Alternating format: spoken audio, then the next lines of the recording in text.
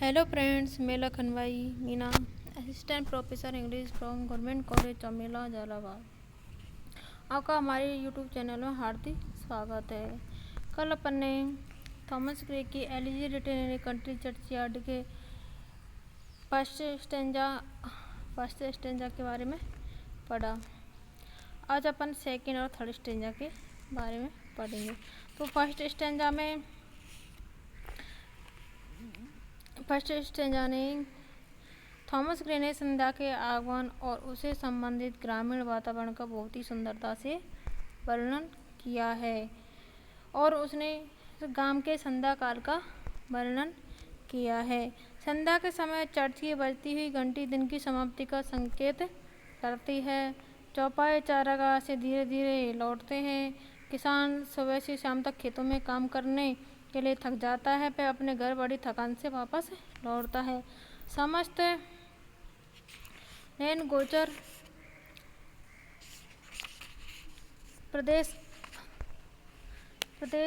अंधकार से ढक जाता है। कभी केवल ऐसा व्यक्ति जो इस अंधकार में गांव के चर्च के मैदान के कब्रिस्तान में रह गया है।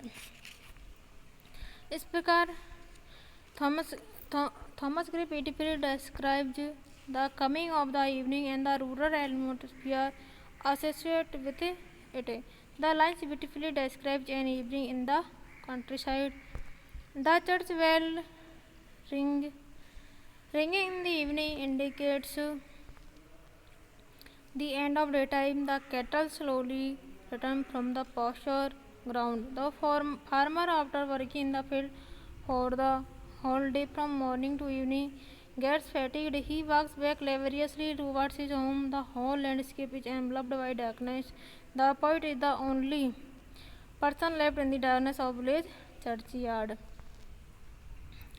अब फर्स्ट स्टेंजा में क्रिटिकल नोट जो कल बताना भूल गई थी वो लिख लीजिए।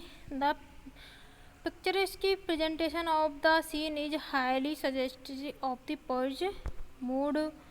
The verse is an example of the figure of speech called स्वावोक्ति। मतलब कि दृश्य का चित्रात्मक प्रस्तुतिकरण कवि की चित्तवृत्ति का सूचक है। कविता स्वावोक्ति अलंकार का एक उदाहरण है। Very is a good instance of the figure of the speech transferred epithet. कि वेरी वे परिश्रांत रास्ता ट्रांसफर एपिथेट का अलंकार का एक बहुत ही सुंदर उदाहरण है। शब्द के रूप में वेरी वे वास्तव में किसान का विशेषण ने कि वे का कि at the word very is really an epithet of the Plowman and not of the way. इस प्रकार अपन ने फर्स्ट स्टेंजा में कवि ने गांव के सुंदर वातावरण का बहुत ही अच्छे से वर्णन किया है और मतलब किसान खेतों से गांव की ओर लौट रहे हैं और कवि कब्रिस्तान में रह जाता है। इसका वर्णन बहुत ही अच्छे ढंग से किया है।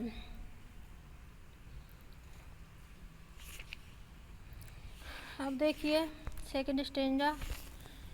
Now face the glimmering landscape of the site and all the air a solemn stillness holds. Save where the beetle with his drowning fight and drowsy twinklings fill the distant folds.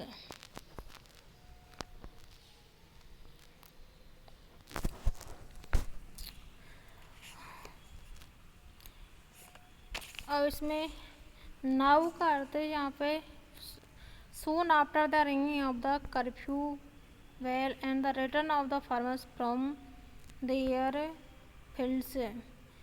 Fades का अर्थ है कम से dim धुंधला हो जाना। Glimmering का अर्थ है अपीयरिंगली फेंटली मतलब तेजहीन प्रतीत होना।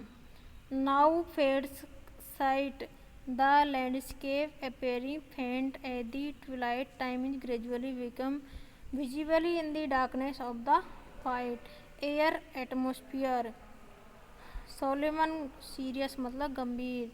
स्टिलनेस यानी कामनेस शांति होल्ड्स प्रिवेल्स यानी आती है, and all holds the solemn stillness holds all the air i.e. the atmosphere is calm and quiet. Shape का अर्थ है एक्सेप्ट वीटल का अर्थ है a kind of insect usually with 4 wings, एक प्रकार का कीड़ा। व्हील्स इज टर्निंग फाइट करता है moves in a circle while flying making a dull humming sound like the drone of the honey bee. भन भन शब्द करता हुआ घेरे के रूप में उड़ता है। ड्राउजी स्लीपी उनींदा ऊँगता हुआ। टिंकलिंग शार्प साउंड और jangling sound made by the bell tied round the neck of the cattle means जानवरों के गले में बंधी हुई घंटियों की आवाज़। लल कर प्रोड्यूस कामनेस और ब्रिंग स्लीप ऑन मतलब शांति उत्पन्न करना। Distance fall sleep falls at a distance where the cattle are tired. Drowsy drowsy का अर्थ है उनींदा या इसमें ट्रांसफर एपिथेट, ये ट्रांसफर एपिथेट का बहुत ही अच्छा उदाहरण है। अब देखिए इसकी एक्सप्लेनेशन। नाउ फिर the glimmering landscape of the sight and all the air a solemn still holds save here the beetle Wales his droning flight and drowsy tinklings lull the distance falls. These lines are these lines are from Gray's elegy. He described the coming of darkness in the evening.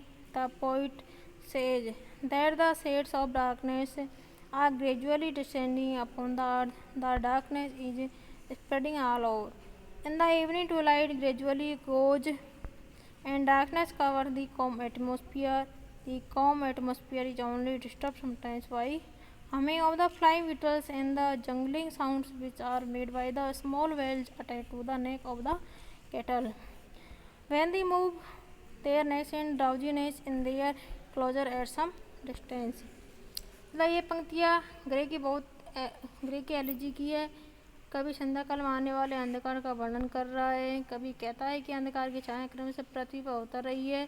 सभी जगह अंधकार फैल रहा है सायंकाल, जबकि दोनों काल मिलते हैं। प्रकाश धीमे धीमे चला जाता है। अंधेरा पृथ्वी को ढक लेता है। सारे वातावरण में शांति छा जाती है। यह शांत वातावरण कभी कभी उड़ते हुए भौरों की गुनगुनाहट और जानवरों के गले में बंधी घंटियों की आवाज़ों से भंग हो जाता है। ये घंटियाँ आवाज़ उन जानवरों के गले में बंधी हुई घंटियों से होती है जो कुछ दूर पर अपने बाड़े में अर्धसुस्त अवस्था में यानी आधे सोए आधे जागे हुए हालत में मवेशी अपनी गर्दन हिलाकर गले में बंधी हुई घंटियों को से करते हैं। इस प्रकार ये तो अपन ने